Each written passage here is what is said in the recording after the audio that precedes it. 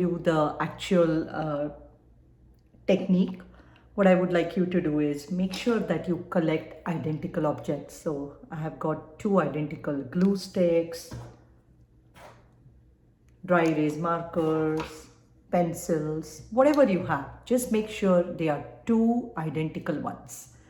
So when we start teaching matching to our children with autism, we will first start with object to object matching. That's the simplest level. Here is where we will start. This is also called 3D to 3D matching. So we are going to start with the object matching. And once the child masters this, then we are going to move on to picture matching.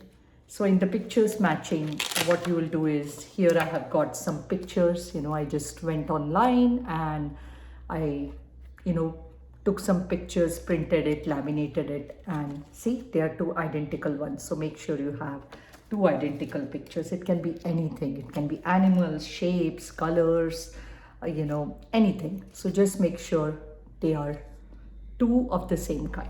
So these are the things you will need in order to start teaching matching to your child with autism. So now I'm going to turn the camera and I'm going to actually show you how you can start teaching your child with autism matching. So let's get this. So as I already said, we are going to start teaching them matching with objects. It's also called 3D to 3D matching, and we are going to take identical objects. So when we start to teach our child with autism matching, we are initially only going to start with one object. So here I have a glue stick. Make sure your child is sitting opposite you, and then you put the object on the table, and then you will give them the other object, the other glue stick, and you will say match. So your child will put it next to the glue stick. In the beginning, if they don't understand this, you can always use them hand over hand and help them to put the glue stick next to this glue stick so they understand this concept. So in the beginning, just start with one object and practice this consistently till your child understands this concept. So very, very important. So now once your child is able to match that one object, they understand the matching, then you can add either 2 or 3 objects. It depends. You can add second object, you can add 3 objects. So let's see. So here I have, hope you can see this. So now I have 3 objects here. So again, I will say the same thing. You'll give the child the glue stick and you will say match, and the child can match.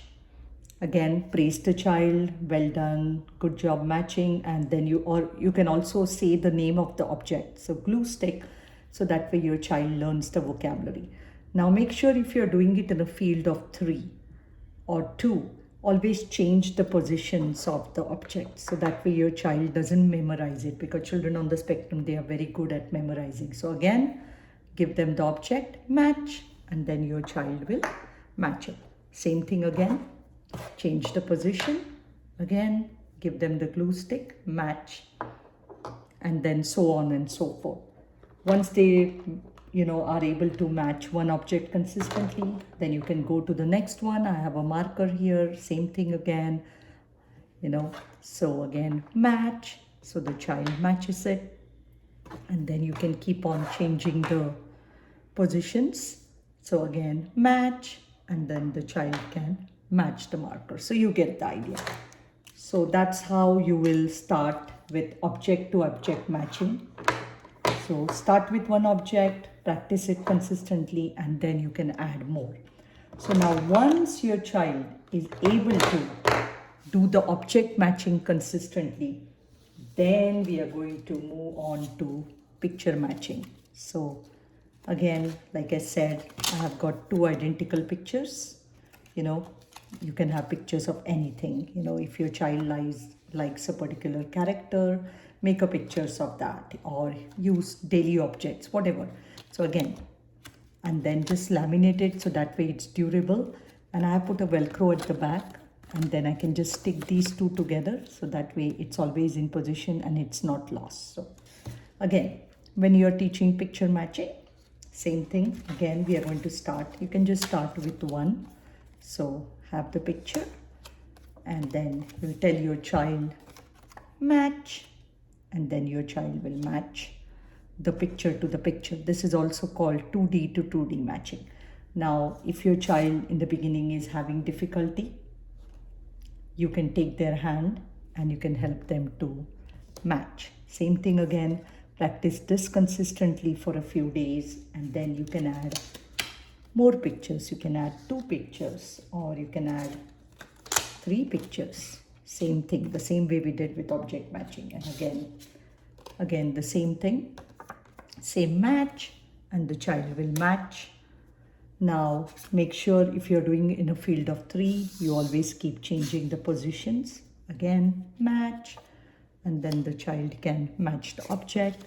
Same thing again, match, and then the child will match the object. So once the child gets the concept of it, then you can introduce more. Same thing again, then you can start with the next matching pictures. So again, match, and the child matches the beads. Again, change the positions, match, and they can match with the beads. So you get the idea. So the thing is, you start with 1. Just to summarize once again, you're going to start with 1 object or 1 picture card. We are not going to start with 5 or 6 because that will be too overwhelming for your child. So make sure you only start with 1. It can be 1 object, 1 picture card. Always make sure that you keep on practicing this with your child every day so they understand the concept.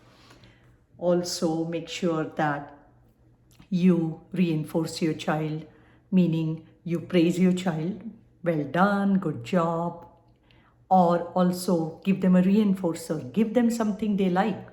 It can be a candy, it can be, suppose they like, to do a particular activity with you. Make sure you only do that activity and keep that for the work time. If they like a particular toy, don't give them free access. Keep that toy and only use it when you're working with the child, so that way they are motivated to work.